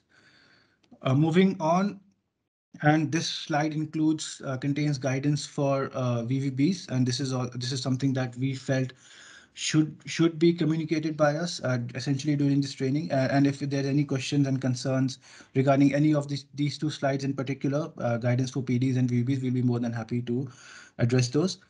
You can reach out to us at the email IDs that we have been communicating during this training. So VVBs shall evaluate a project's proposed such actual contribution towards sustainable development as they have been done in the SDG tool and project documents. In doing so, the VVB shall assess a bunch of key elements related to sustainable development assertions made by the project developer. And the table that you see in front of you essentially encapsulates and then segregates the assessment criteria or evaluation criteria based on validation and verification. So in some cases, the criteria is common. So the first three columns, rows that you see are criteria that the VB should follow, and they're common for both validation and verification. The last two are only for the verification. So in terms of the first one, the VBB should assess whether the SDG tool has been filled completely and accurately in accordance with the certification step. And this is in line with uh, any other requirement that we have and regarding filling of a particular project document template. So it's in the same vein as this. The VBB shall also, using a valid means at its disposal, assess the appropriateness of the established baseline scenarios for each of the SDG goals and impacts, and as well as evaluate the appropriateness of the impact quantification methods that the PD has proposed to calculate or assert SDG goal related impact. The VB shall also check whether all SDG impacts are intentional. This is a key and central requirement from a GS point of view, that all SDG impacts need to be intentional as well as direct, and as a result of the implementation of the project. So this is something that needs to be taken into consideration by VBBs during their assessment, and VBBs would need to then provide their opinions as well in regards to all of these requirements. In terms of verification specific assessments, VBBs shall evaluate compliance of monitoring activities that the PDs have implemented as part of their established monitoring plan to assess SDG related impacts, and also look at whether the monitoring activities are in compliance with the methodology and other related requirements that Gold Standard has and might have in the future. Finally, the VVB shall also assess the suitability of all the supporting documentation that project developers have used, and assess whether the data and information that project developers have used in quantification their SDG related impacts are correct and the assumptions are appropriate, by using their own sectoral expertise and experience, as well as cross-checking with relevant sources that the PD has quoted, or any other external third party source that they can then look at.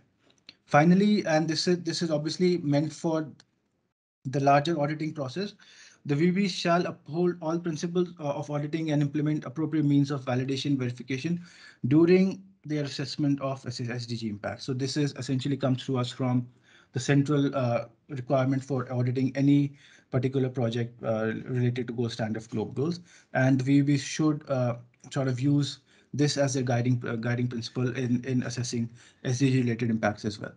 So hopefully this slide and the slide before this was useful for PDs and VVBs. If you have, as I mentioned, if you have any other questions and concerns, you can obviously reach out to us at the email IDs that we've just communicated before. So moving on, and we had discussed this briefly. As I mentioned, this SDG tool has around 142 monitoring indicators, which can be used to then link with various SDG goals and then claim impacts towards those goals. Uh, but it is not, they are not set in stone, and these are not sort of, the SDG tool doesn't limit itself to 142. We have created a provision for project developers to add and propose new monitoring indicators based on their project and what makes sense to them. So there is a process by which project developers can submit new monitoring indicators, and what they would need to do is they would need to fill in and complete a template for proposing new monitoring indicators, and this template is available on the Gold Standard website in the page of SDG tool, which is on the website.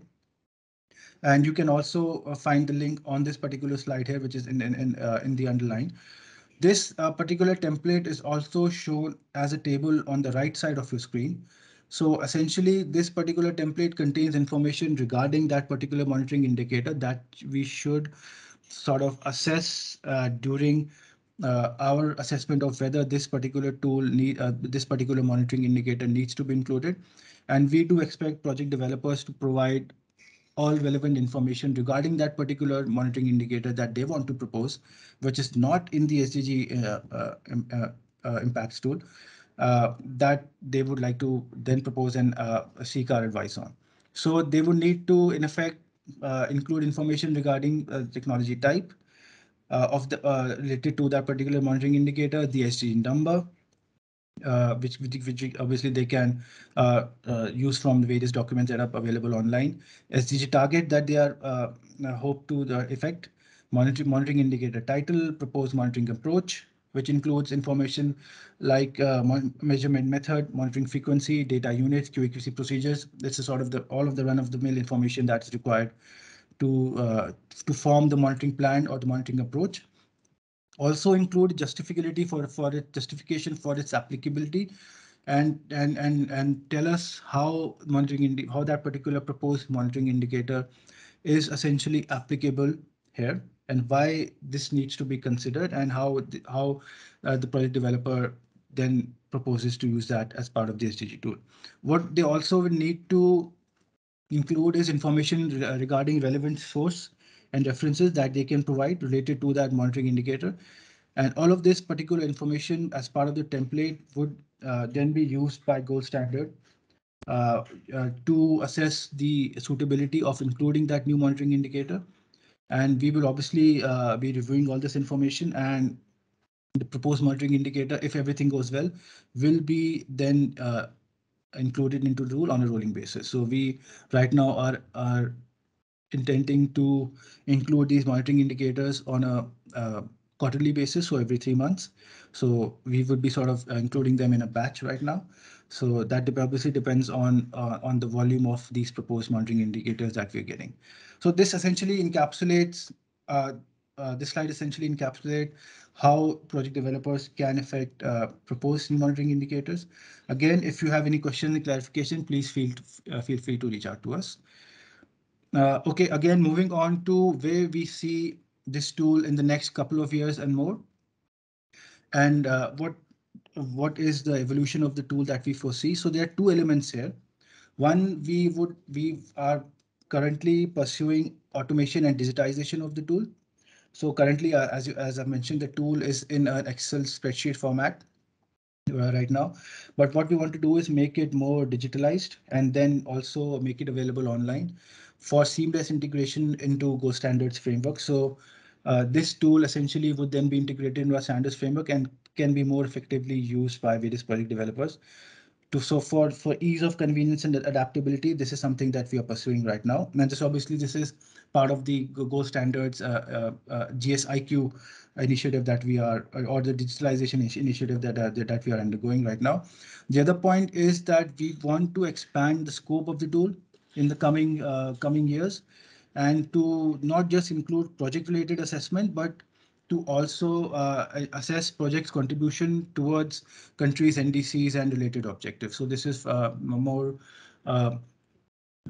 relevant for Article 6 point of view. So we sort of expanding the scope of the tool and making it compliant with various Paris agreements requirements. So that is as far as the PPT is concerned. I would now like to take you through to the tool and make a small demonstration. So hopefully you can see my screen. Martha, can you please confirm? Yes, Kranav, we can see your screen. Maybe you can double click on home so that it's bigger. Got it. Thank you. Okay, so the screen in front of you, this is essentially what the tool looks like. So as you can see at the bottom, we have 6 worksheets here. So we have the README, we have the impact assessment, we have the mapping sheet, we have the BA sheet, we have the background sheet, and then finally we have the use case sheet. So all of these 6 worksheets form the structure of the tool as we have just discussed earlier. The README sheet contains stepwise guidance on how to use the tool, and is very descriptive and very graphic heavy, so for ease and convenience. So they contain this essentially contains stepwise guidance on how to use the tool, and the users and project developers can essentially use and go through this particular worksheet before using the tool. The other thing that the tool contains is the use case, which essentially contains a filled in SDG tool and how it should actually appear at the end of using the tool. So this is essentially gives a very good view of how to use the tool and how it should appear in effect. Uh, this contains a use case, and this would, I guess, be very handy for new project developers and people who are using this tool for the first time. What this tool also contains, as I mentioned, are 3 background sheets, so which are currently in red. So there's a mapping sheet which contains or provides mapping of various impact indicators with various SDGs and all of that.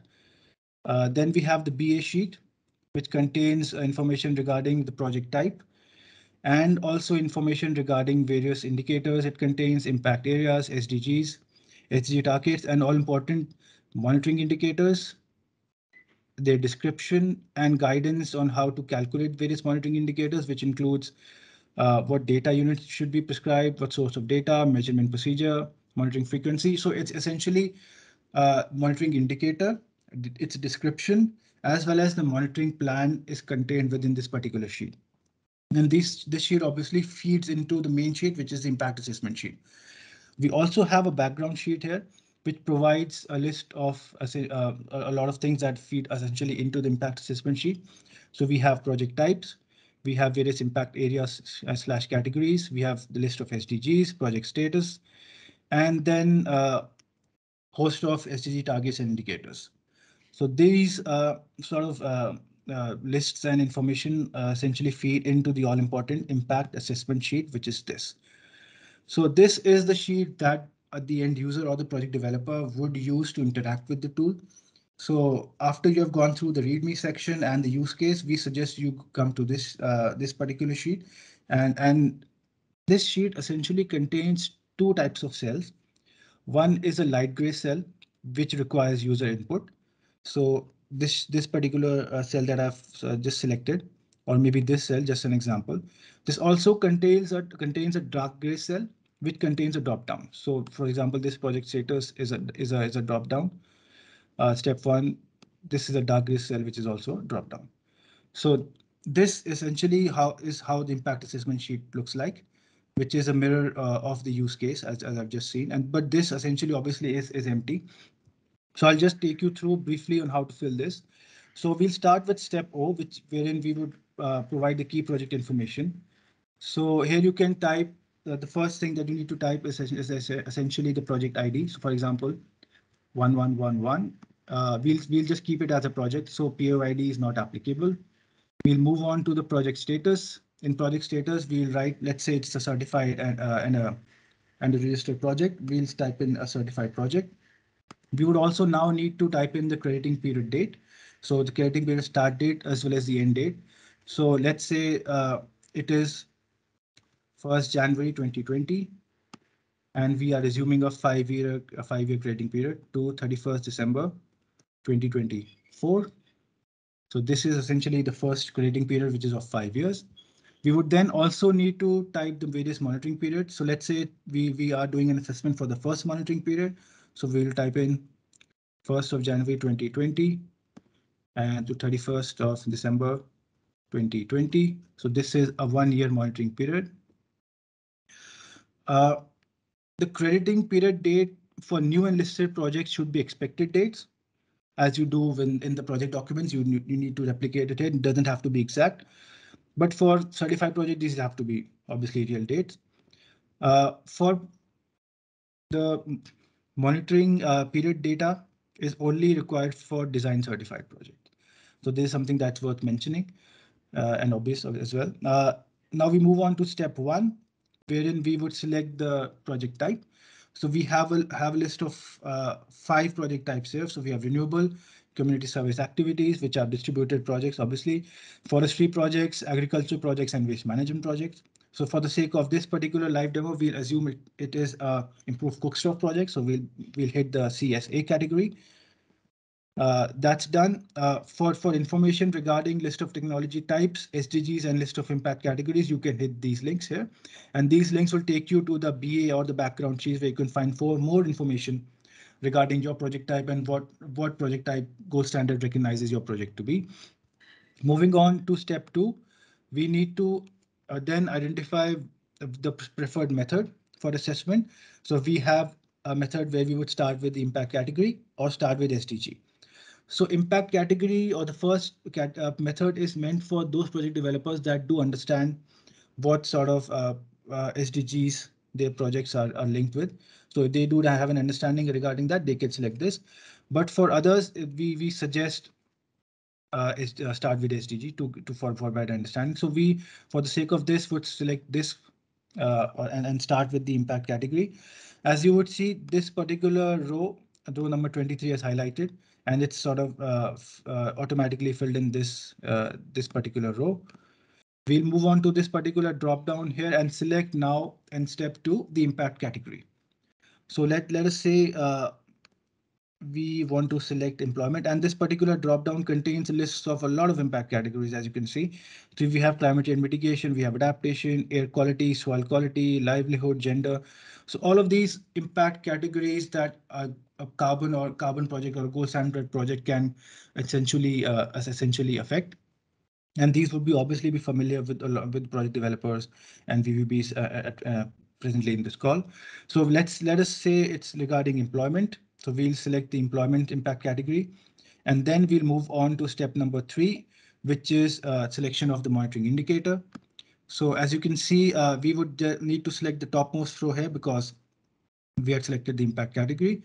So we'll move up because in some cases it's not enough. Not enough rows are filled in. So you probably need to move your cursor up. So let us say in terms of monitoring indicator, and as I've already mentioned, monitoring indicator for an SDG tool is the heart of the entire process, and this is something that you have to monitor and evaluate. So the monitoring indicator, let us say, is total number of jobs. And once you hit this monitoring indicator, you would see that step 4 has automatically filled in. Now, this step 4 is quite important. It provides guidance on the design, monitoring and reporting plan. And this essentially is the table or the monitoring table that the PDD or the MRs have. So this is the same. But it contains quite a few pre-filled in information and data that the project developers would have to comply with. So this essentially step 4 contains monitoring indicator ID, a host of information regarding the indicator, the description of the indicator, which is in this case means refers to total jobs generated as a result of the project. And remember, our monitoring indicator is total number of jobs. We also have guidance on calculation method and other considerations and how the project developer needs to calculate this particular monitoring indicator. We also have information regarding data unit, source of data, and other measurement procedures and frequency. This is all, the elements are essentially the same as the elements of a particular monitoring plan table that PDDs and MRs have. So essentially the same thing, but it's filled in. So project developers, as you can see, you don't have to fill this information. It's filled in for you. You can just essentially use this information to design your project monitoring plan and then comply with this. So nothing new has to be sort of thought of from this point of view. It's already filled in and provided. We again now move on to step number 5, where we'll carry out the project assessment.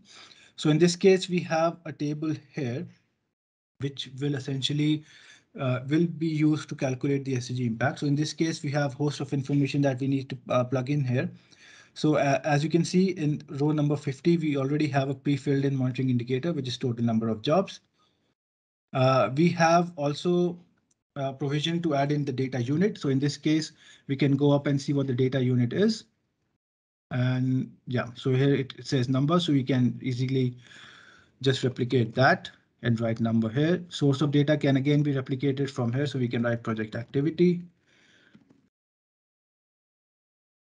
Essentially, be taken from this step 4 monitoring plan table here. We can then move on to the other element, which is monitoring frequency. So monitoring frequency in this case is annual. So we'll type in annual. Measurement procedure is the one contained here. And I'll just expand the row so that it's fully visible. So you can just copy paste this information here. I'm not going to do it because it's going to create space constraints. So I'll just move on to Q&QC procedures. In this case, there aren't any, so we can move on and leave this place blank or just write not applicable. Any other comment we can write in here and plug in. So after we have filled in this preliminary information, what we now need to do is provide the project specific information. So we will need to provide the baseline value for that particular monitoring indicator, which as you would remember is total number of jobs, the project value, and then the difference. So we'll assume that in the baseline value, there were no jobs. So we'll write 0 for 2020, as you can see. And please remember the monitoring period in this case was 2020 itself. Then we'll move on to the project value. So let us say the project has created 10 number of jobs. So we'll write 10 here. And the difference obviously will be 10. So this is the information that we need to put. What we also need to provide is the total.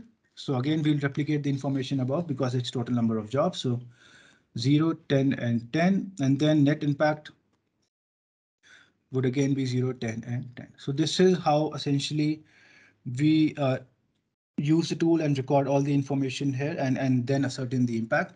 You can also use this comments and further details section to add further information regarding that particular monitoring indicator. This tool can obviously be used for other monitoring indicators as well. So you can essentially move on to the other table for other indicators. So let's say if you have done one for SDG 8, you need to do the other one for SDG 7, you can use the other table, then move on again, slide a cursor to the other table and maybe claim contributions towards SDG 3 and move on. So you can use all of these tables here. Right now there are 10 tables and we do not expect more than 10, to be honest. So this is essentially how the tool needs to be used. One thing that I wanted to mention here is that contribution towards SDG 13 or climate action is mandatory for all projects. And the first claim that needs to be made and the first table that needs to be filled should be for SDG 13. I've done that for SDG 8 for this particular assessment, but that was just for the live demonstration. When the project developers need to fill out this tool, they would need to first start with SDG 13 and then move on to, let's say, SDG 8 and SDG 7 and fill these tables accordingly. So that is all I wanted to say. I would just stop here because we don't have much time remaining, only 7 to 10 minutes. So I'll just stop here and open the floor for any questions and comments. Thank you. Thank you so much, Kranav, for this introduction to the SDG tool and for the demonstration. We have quite a few comments. We have a very lively discussion. And before we get into the applicability, I'll just start with the first two comments that we got, which are, can ex post inclusion of another SDG impact be included in the monitoring report, if not stated in the PDD? So if it's not stated in the PDD, then we would probably need to do a design change. And then because that forms part of the monitoring plan as well. So before including that into the SDG tool, we would need to do a design change. And obviously moving on to the SDG tool requires a design change as well. So that will be integrated in that. Thank you, Kranav.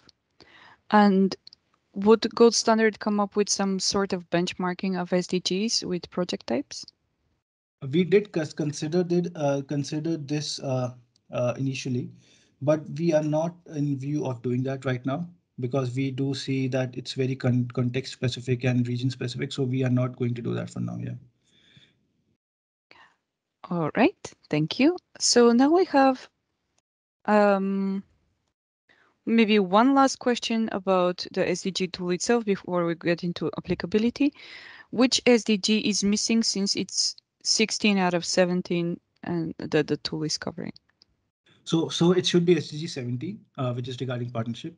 So yeah, that's the one missing, and we do not expect any meaningful impact quantification regarding that. So that is generally excluded from the conversation anyway. Sure. Thank you. So now we have quite a few questions on applicability and who should use the tool. The first clarification I would like to make is that anybody is welcome to use the tool at any stage of the process. But in terms of what is obligatory and mandatory use, the first question is, I'm going to look at it here. Excuse me. If a project has undergone preliminary review a while ago, but will go under design certification after the 14th of March, will it need to use the SDG tool? Yeah, so any submission for request for design certification after 14th of March would require use of the SDG tool. Great. So if a project is currently under validation, please make sure to include the SDG tool under the scope of this validation.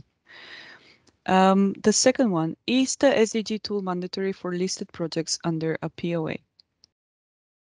Yeah, so if the projects are listed, but by projects I mean VPAs, then they would need to, if they submit for design certification review after 14th of March. Yeah. For inclusion, great. Yeah, yeah. Now we have another question. It's more for clarification, and maybe we cannot address it here, but just to acknowledge the question. It's mentioned that new VPAs to be included in existing POAs after the 14th of March shall mandatorily use the tool. But as per 2.1.4, the SDG tool application is optional and not mandatory for design certified projects until the end of the ongoing crediting period, after which application is mandatory, and new VPAs that will be included in design certified POAs. Such projects may apply SDG tool on voluntary basis and make it applicable. So can we please maybe clarify the difference between a design certified POA and a VPA that applies for design certification again? Even though you just said that on the previous question. Yeah, so for all registered projects, I mean standalone projects, the SDG tool is not mandatory. They only need to do it during renewal of certification. But for all registered POAs that are including new VPAs after 14th of March 2022 would need to use the SDG tool. So there's a difference between a registered POA and a registered standalone project. So standalone projects are voluntary. For any registered POAs that are including new VPAs after 14th of March, they will need to use the SDG tool. I hope that was clear, Martha. There is a follow-up question exactly on that, and maybe this will clarify it completely. The follow-up question is, what is meant by new VPAs here? Does it mean VPAs that are not listed? Or does it refer to VPAs that are listed but are not included yet, but So have a real case already designed? These mean design certified. Yeah, this means VPAs that are currently in the pipeline and are not registered. So this would include listed VPAs as well as VPAs that in future would request certification. So listed under validation and in future would request certification. Perfect. Thank you. Another question, what happens if we're in the middle of verification review and the monitoring indicator is not available for reporting? So in that case, you would okay, so there are a couple of things that you can do. You can select the nearest possible monitoring indicator and see if that works for you. If that is not the case, then you would need to fill in the monitoring indicator proposal template and submit it to us, gold standard. We will look at it, review it, and then assess it. And after the process is complete and it's successful, we will add that monitoring indicator and maybe in that case, make it a provisionary so that you can essentially use that monitoring indicator for your particular verification. And then that would be obviously be certified by gold standard during a performance review. Perfect. There's a few more questions coming up. We only have 1 minute, but maybe we can extend and people that are still interested in the questions in the chat can stay a couple more minutes because I find them very important. For example, You mentioned that the project has to perform design change to use the SDG tool. Can you clarify that statement? So essentially, SDG tool and using the SDG tool would involve changing the monitoring plans regarding various monitoring indicators. So we essentially would need to either change the monitoring indicators as well as the monitoring plans linked with them, or you would just need to do either of them. So if you're doing that, that classifies under design change because you are changing your monitoring plan and sort of not essentially complying with the registered monitoring plan, which was registered when your project got certified. So any diversion from the register monitoring plan would invoke a design change. And that is why I mentioned that you would need to submit for design change review if you are using the SDG tool, because we do see SDG tool affecting the monitoring plans and monitoring requirements for various projects and activities. Yeah. Two more important questions. Thank you, Kranav. Shall the VVB assess the SDG tool or only sustain cert? And I think the answer is yes. Yeah. It Both should. shall. Both. Yeah. Both should. Yeah. During the During certification processes, both should. Yeah.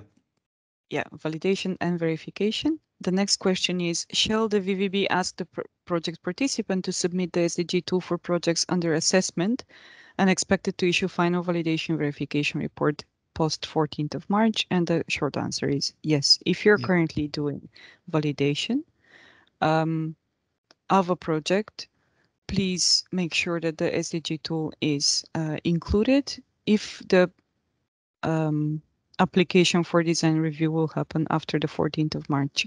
If you're doing verification, this might not be necessary, if I understand it correctly. Can you confirm that? Yeah, that is correct, Martha. I can confirm that. Yeah. Perfect. One more question is, does the tool have to become publicly available? I'm not sure whether it can. I mean, there's no reason why it shouldn't, but I'm not sure whether we can answer that right now, Martha. What do you say? We can clarify this further. It is not currently in the documents that need to become publicly available, but the monitoring report should be publicly available. So we'll come back to that question, Javier. Thank you for the question. And maybe one last question is, should this SDG tool be submitted for preliminary review? Yes, it should be. Yeah. Perfect. Well, I think these are all the questions. I did not go in order, so if I've missed anything, we'll definitely answer those questions in the Q&A at the end. We're 3 minutes over time, so I would just like to thank everybody for the patience, for attending. If you have any questions, comments, especially on the preliminary review form, on the SDG tool, on how we make webinars, on what webinars you would like to see in the future, what resources you would like to see in the future, we'd love to hear from you. So please get in touch. Standards@goldstandard.org or help@goldstandard.org. And it has been a pleasure to have you, and have a wonderful evening, day. Thanks, everyone. Bye.